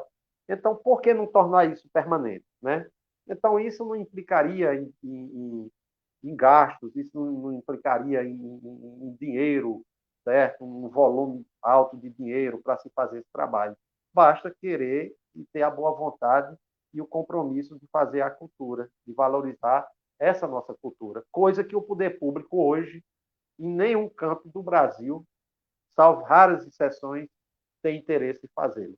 Entendendo? Então, é isso, termina, né, matando a nossa cultura, que é tão importante, em detrimento de uma cultura, né, entre aspas, dita erudita, né, que, né, diante de certas situações do nosso ensino hoje tão defasado, a maioria desses alunos não vão absorver isso.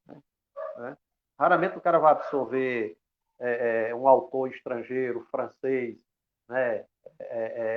Alemão, né? A literatura estrangeira. Mas se você der um livro desse aqui sobre Chica Barrosa, e ele lê esse livro aqui, com certeza ele vai absorver, porque vai despertar o interesse, que de certa forma está ligado à história dele também, certo? Porque quer queira ou quer não, um livro desse aqui faz parte da história desse aluno, né? Que está lá na periferia, ou que veio lá do interior do estado, lá do sertão, certo? Ou daqui do litoral, do agreste e tudo mais, entendeu? Então é preciso que a gente lute. Eu venho lutando incansavelmente para que se valorize, para que as escolas do estado e do município, não somente João Pessoa, mas todo o estado, coloque como disciplina a literatura popular, certo? Na sua grade curricular, ou uma disciplina chamada cultura popular nordestina, certo? Porque aqui teve uma professora da área de história, que agora eu não lembro o nome dela, ela tentou fazer isso aqui na universidade, né? Quer dizer, criar uma cadeira de cultura, exclusivamente cultura nordestina. Não era nem popular, era cultura nordestina, que envolvia esse aspecto, né, da cultura popular, evidentemente. Eu até estive lá na sala de aula dela para falar sobre a cantoria, para falar exatamente sobre Ivanildo Vila Nova. Entendeu? Então, não sei em que pé isso está, se teve continuidade ou sofreu solução de continuidade. Acredito que sim, porque ela se aposentou e ninguém deu prosseguimento a essa história, a essa ideia. Entendeu? Então, é muito complicado. Tá aí, né? A Rosa é historiadora, daqui a pouco ela vai virar professora. Ela tá acabando o curso de história aqui, ela está estudando na UFPB, sabe? Mas eu acho que vale a pena muito o movimento nesse sentido, né? A cultura, né? Ela se fortaleceu muito, ela é um setor muito forte, né? Infelizmente, né?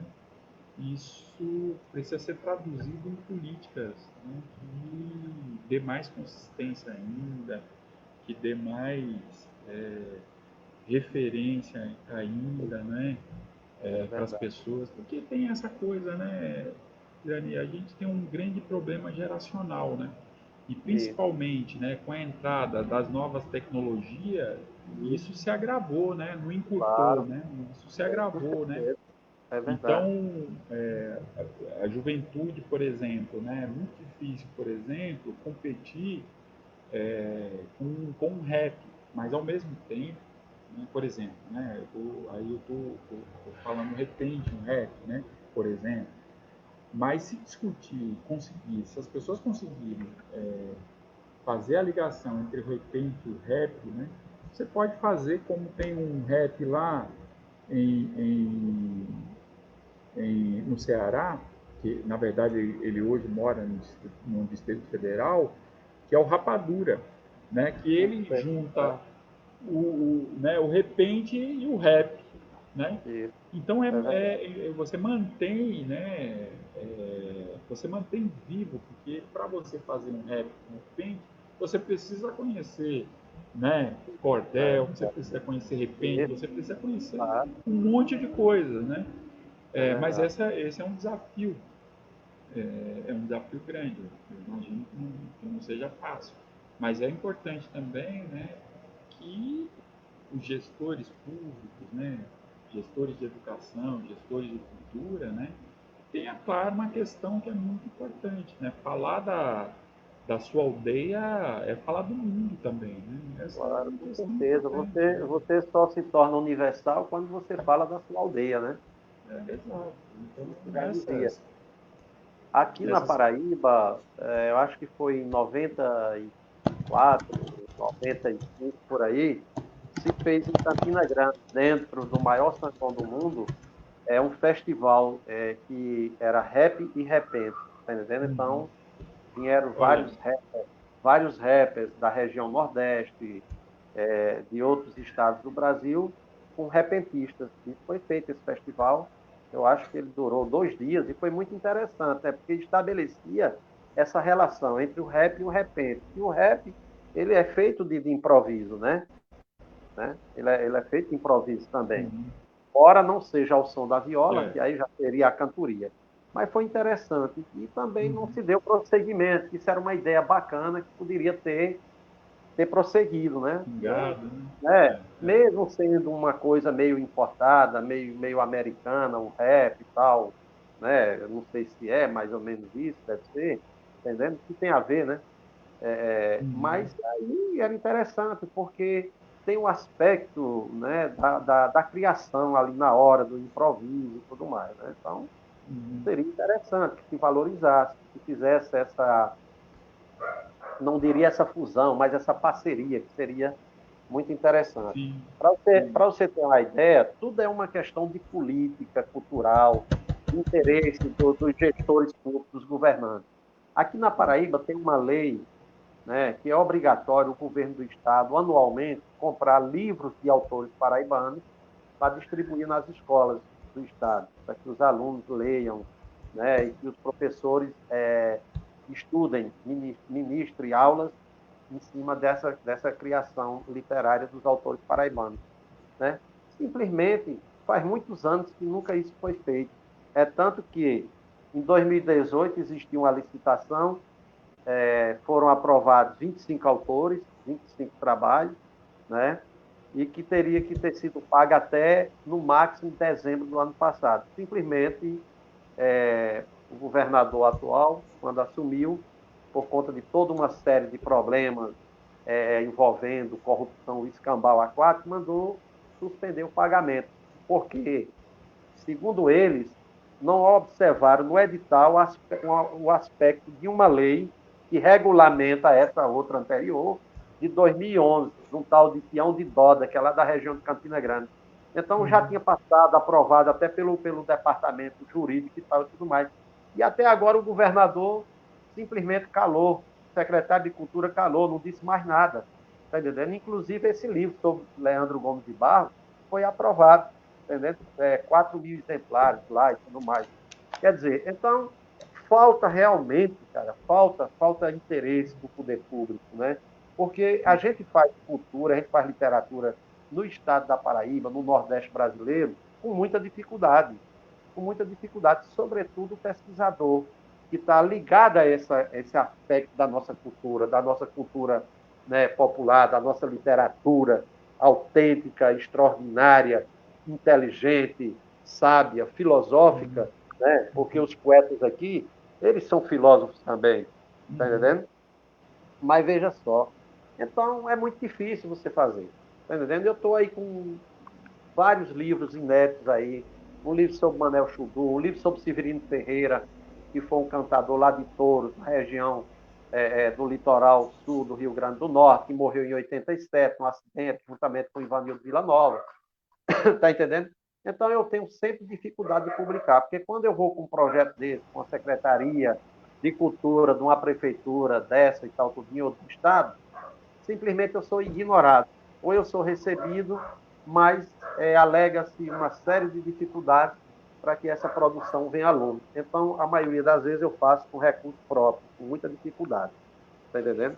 Então, são essas coisas que a gente precisa lutar, apesar de a gente ter um número significativo de pessoas que estudam, que pesquisam, que produzem, mas, lamentavelmente, ainda não foi ainda não foi suficiente todo esse movimento para que a gente possa realmente ter editais anuais, né, para se produzir, para se editar, certo? Esses livros, né, do poeta popular, do cordel, está entendendo? A gente era para ter um edital para anualmente um concurso, né, do Estado ou da Prefeitura para se editar. Então, se editava esses cordéis, depois essa produção seria distribuída nas escolas, para os alunos terem conhecimento. Mas falta isso, falta esse interesse. Né? Eu também não sei se falta engajamento também por parte do poeta, por parte dos pesquisadores. Eu acredito que não. O que falta é uma política pública voltada para esse aspecto aí que é importante. Né? Eu acho que tem essa questão, né, que a gente estava falando anteriormente, até o Dudé está falando aqui, né, que Natal, a Casa do Cordel, tem levado o cordel, né, para a escola como uma ferramenta pedagógica. Eu acho que é Isso. isso, né, Irani? Eu acho que essa coisa Tem a Casa do Cordel, tem a Estação do Cordel lá com o Nando, né, que é um poeta e é Ah, o professor. Nando Poeta, conheço, morou em São Paulo Nando, muitos anos. tem o Nando e tem o Abaeté, né? Abaeté é ali de Sertânia, Pernambuco, mas vive há muitos anos, tem a Casa do Cordel, que leva o cordel também para as escolas. As escolas levam os alunos lá para, né, para um bate-papo, apresentação do cordel. E algumas escolas lá em Natal, por esforço e iniciativa de algumas diretoras, diretores, né, desenvolve esse trabalho com os alunos, tá entendendo? Da produção, de dar um tema, né, leva lá a Baeté, leva outros poetas, tá entendendo? Dá uma palestra e a partir dali eles passam a escrever, são estimulados a escrever o cordel, tá entendendo? E depois isso é corrigido ou pelo Abaeté, ou pelo Nando, pela Tonha Mota, entre outros lá, né?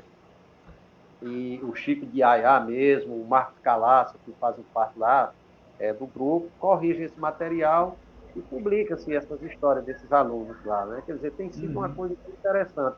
Eu acredito que o Rio Grande do Norte, nesse aspecto, está muito na frente da gente, entendendo? É. Até porque tem duas casas, né?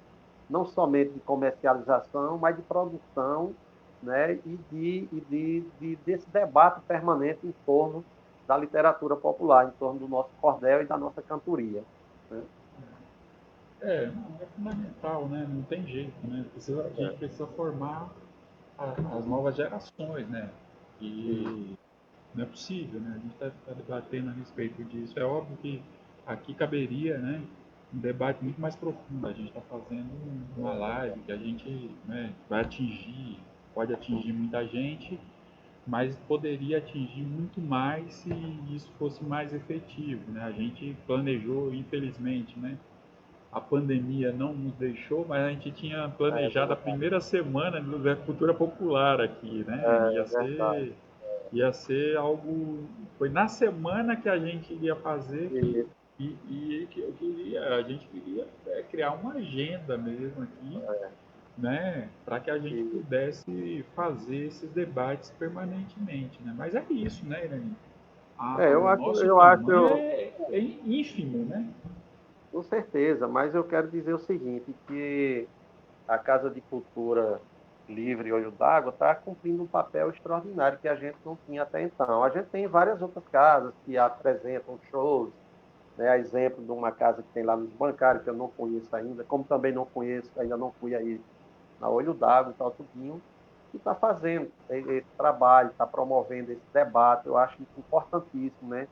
Seria importante, a partir desse exemplo, a partir dessa iniciativa sua e da sua companheira, que se pudesse, outras pessoas pudessem também tomar iniciativa e fazer, Sim. disseminar essa ideia por outros bairros da cidade, por outras cidades. Cidades, né? Outras Cidade cidades, do né? estado da Paraíba, que a gente tivesse isso em Campina Grande, tivesse isso em Patos, em Guarabira, que são cidades polo, lá em Sousa, ou lá em Cajazeiras, que pegava gente ali do Ceará e tal, tudinho. Quer dizer, seria interessante que se fizesse isso, tá entendendo? Uhum.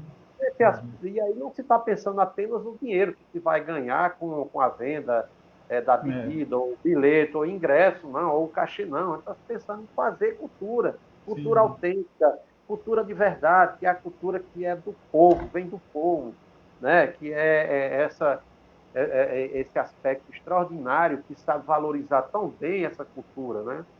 E aí a gente precisa realmente dessas iniciativas. Mas eu vou ler aqui um trechinho aqui de Chica Barrosa, certo. ela cantando com o Neco Martins em Desafio. Aí ele colocou uma pegadinha para ela, né? Aí lá no meio da cantoria ele pergunta, né? Ele olha assim para a serra e pergunta: Ó Barrosa, me responda, seja por mal, seja por bem, em cima daquela serra, quantos pés de capim tem? Aí ela responde, né? Se a seca não matou, ou os bichos não comeu, em riba daquela serra tem os capim que nasceu.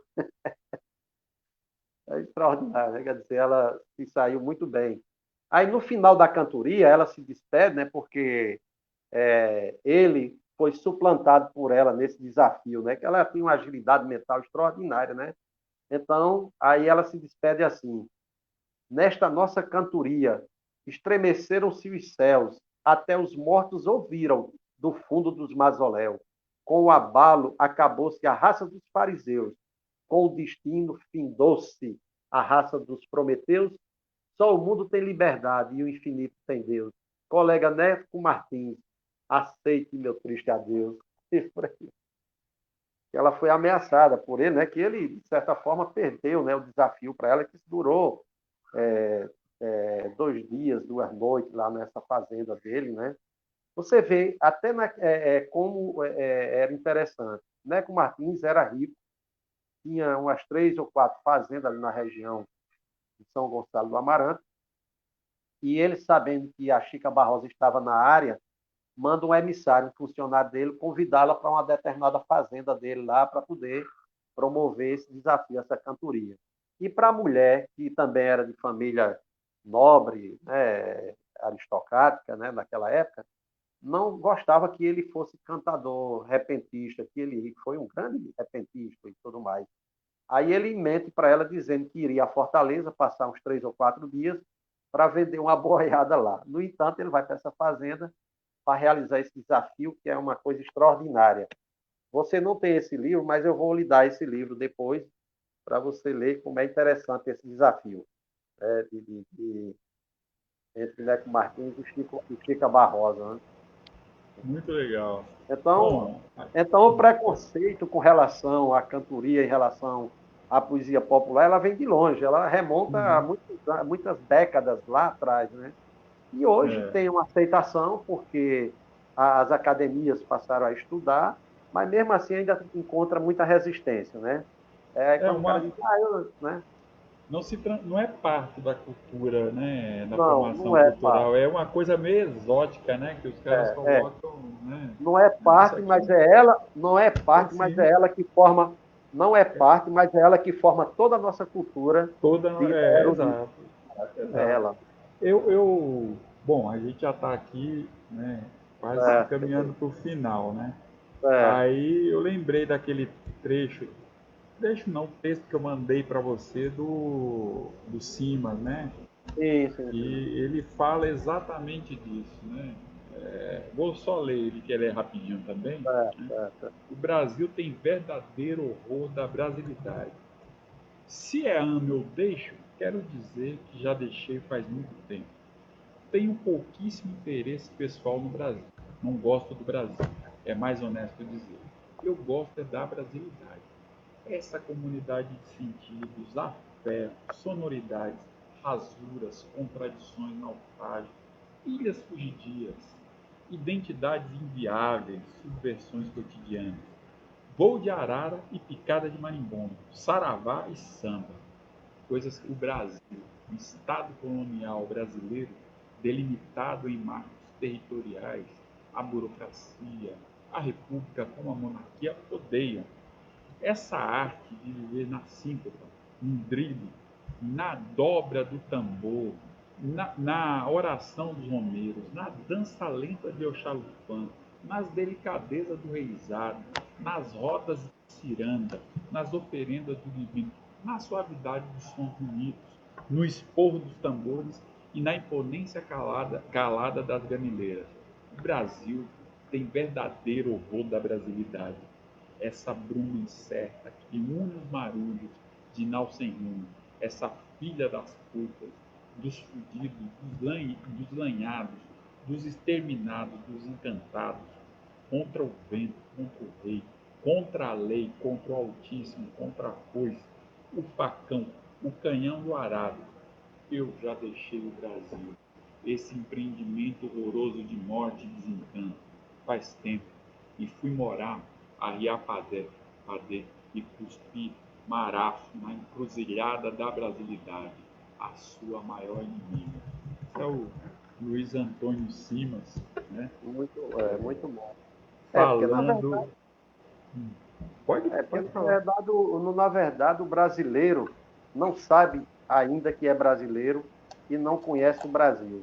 E o Brasil é um país múltiplo, diverso, em vários aspectos, sobretudo os seus aspectos culturais, né? Os seus valores culturais, é complexo, muito rico, né? Então, e mais uma vez, aquela história do aspecto, né, dos poetas cordelistas, né, serem os historiadores da época. Porque esse aqui é um livro que eu organizei chamado Cangaço nos Folhetos de Feira. Esse livro foi publicado pela Universidade Federal da Paraíba. Então, veja só, os primeiros historiadores, vamos dizer assim, do cangaço foram exatamente os poetas de bancada, né? Aí aqui você tem Manuel da Almeida Filho, o próprio Leandro Gomes de Barros, quando escreve sobre Antônio Silvinho, né? Você tem sobre Jesuíno Brilhante, você tem Zé Alves Sobrinho, né? E por aí vai, Antônio Américo de Medeiros, né? Entre outros, né? O próprio João Martins de Ataíde, que escreve exatamente sobre o cangaço. Então, esse livro aí eu organizei de acordo com o aspecto histórico, né?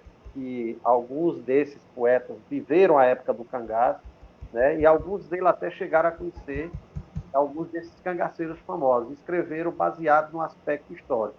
E aqueles outros que escreveram mais do ponto de vista inventivo, a chegada de Lampião no inferno e tal, Lampião vai buscar Maria Bonita no inferno, por aí vai, entre outras histórias desse sentido, né? Nesse sentido. Então, mas eles foram os primeiros historiadores. Inclusive, os primeiros, Euclides da Cunha, né, escreveu um livro maravilhoso chamado Os Sertões. Mas os poetas populares escreveram antes dele, né? Alguns com a visão completamente, porque foram para lá como na perspectiva de dominar e acabar com o Arraial de Canudos, que é o exemplo de João Melquides Ferreira, né? Que foi para lá como soldado, né? Era daqui da Paraíba, e escreveu de forma terrível, né? Inclusive é ele que fala, né, dos jagunços, né, fala de uma forma terrível, né, que Conselheiro era um bandido, né, e os seguidores dele tal, tudinho. Mas foram os primeiros historiadores de Canudos, foram os poetas de bancada, foram os poetas de cordel. Está entendendo? Então é preciso que se diga isso. Muito antes de sair, né, os sertões, os folhetos já rodavam pela Bahia, pelo interior do Nordeste, contando a saga de Canudos e de Antônio Conselheiro. Né? Inclusive, eu estou fazendo um trabalho que chama-se Canudos e Antônio Conselheiro no Cancioneiro Popular Nordestino. Então, inclusive, tem dois ABCs, né, que foram resgatados lá em Canudos pelo próprio Euclides da Cunha, que vai constar desse livro que eu estou terminando de escrever. Né? E teve um outro grande historiador baiano que escreveu, né, sobre Canudos na visão dos poetas populares, que foi o José Calazans. Né? É muito interessante esse trabalho dele, e eu faço uma inferência, esse trabalho dele, tem como referência esse trabalho dele para poder fazer esse trabalho sobre Canudos. É um trabalho mais completo, tá entendendo? Uhum. Então, por aí vai, Muito né? bom, muito bom. É isso, Irani. Você aqui deu uma baita de uma aula aqui.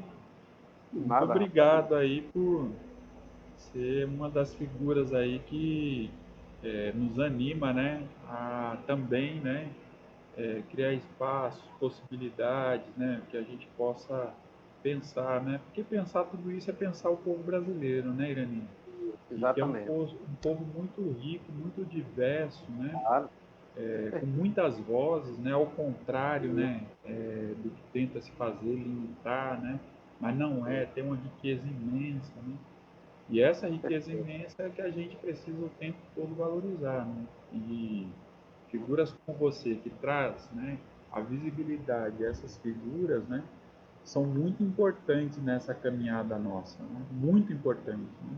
Com certeza. Tenho certeza disso aí, né? Queria te agradecer muito aí por esse bate-papo. Eu tenho certeza que a gente vai poder fazer mais bate-papos ao vivo, né? Na verdade, É, pessoalmente, né? E fazer o nosso encontro de cultura popular aqui, pô. claro, com certeza, vamos fazer. Porque, Né? já para terminar aqui, anualmente, no mês de novembro, né, que é o dia 19 de novembro, foi escolhido como o dia da poesia, do cordel, da poesia popular. A Estação do Cordel faz lá um evento, né, que ele começa geralmente na quinta e termina no sábado.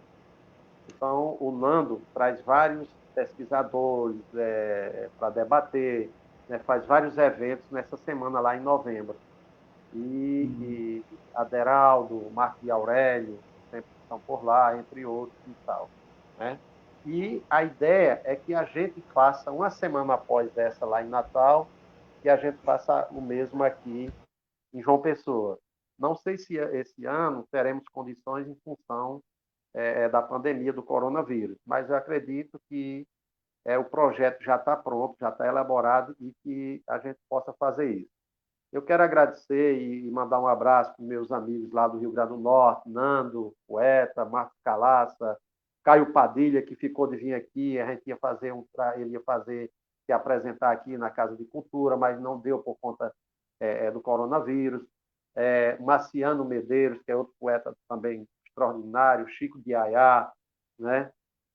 Lá em Campina Grande, eu quero agradecer a João Dantas, que é um grande batalhador pela cultura popular, pela poesia popular, Zé Edmilson Rodrigues, Thomas Bruno, e por aí vai. Então, eu quero agradecer a você por ter me convidado para participar dessa conversa e dizer que estou à disposição para outras conversas, né, que for possível, inclusive esperando que a gente possa fazer isso ao vivo lá na Casa de Cultura Olho d'Água, Casa de Cultura Livre Olho d'Água, para que a gente possa fazer presencialmente isso aí, né, com as pessoas debatendo, né, tete a tete. Eu acho que isso é importante. A gente não pode deixar que a nossa cultura morra. A gente tem que lutar, né, com as armas que a gente tem para que se valorize, para que se reconheça e que se conheça a nossa cultura popular, que é tão rica.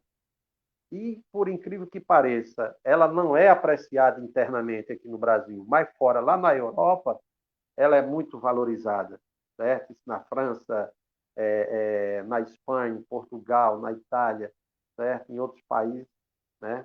É tanto que lá você tem essa valorização com a construção de acervos e tudo mais, né? Com publicações, coisa que a gente não tem no Brasil, quando eles levaram daqui para lá. Quer dizer, veio, né? O aspecto, né? Dessa cultura veio de lá, né, com o colonizador, mas foi aqui que ela se desenvolveu, foi aqui que ela foi recriada, foi aqui que ela foi readaptada, que é uma criação absolutamente brasileira, nordestina. Irani, muito obrigado por essa aula fantástica, né? Outras pessoas entraram aqui, além do Dé, da Zezita, entrou a Rita Bezerra, entrou a Lucélia do Nascimento, entrou a Célia Godin, que é uma outra artista A fantástica Célia aqui, é uma artista plástica, naif, né? Boa. fantástica aqui da Paraíba, né? Queria mandar um abraço para todas e todos, né? Toda quarta-feira a gente tem tentado fazer um esforço. Às vezes a gente falha, né? Uhum. Mas a gente tem tentado fazer um esforço para manter esse espaço para discutir as culturas populares. Na segunda a gente faz um debate mais amplo. No sábado a gente tenta fazer outro. Mas fazer live também não é uma coisa fácil, né? Com A gente, certeza, com a gente certeza. tem também que se preparar, né? Verdade. Não dá para fazer por fazer também, né, Irani? Claro, com certeza, né? Então, Irani, muito obrigado a todo mundo, um Valeu. grande abraço, né? Um Obrigado abraço para pela você. aula, com certeza faremos mais, né? Tá E é certo. isso, tá bom? Um abraço. Valeu. Ah, vai só avisando, ou hoje ou amanhã vai estar no nosso canal no YouTube. Hoje É, passou para o Facebook, mas amanhã, né, já vai beleza. estar no nosso canal do YouTube. Aí a gente também Aí disponibiliza. compartilha, exato. Aí compartilha, Compartilha. né? Com outras Tá certo? pessoas. Tá valendo. Tá bom, Valeu. Um gente. abraço. Até mais. Boa Grande noite. abraço. Tchau, tchau. Tchau. Tchau.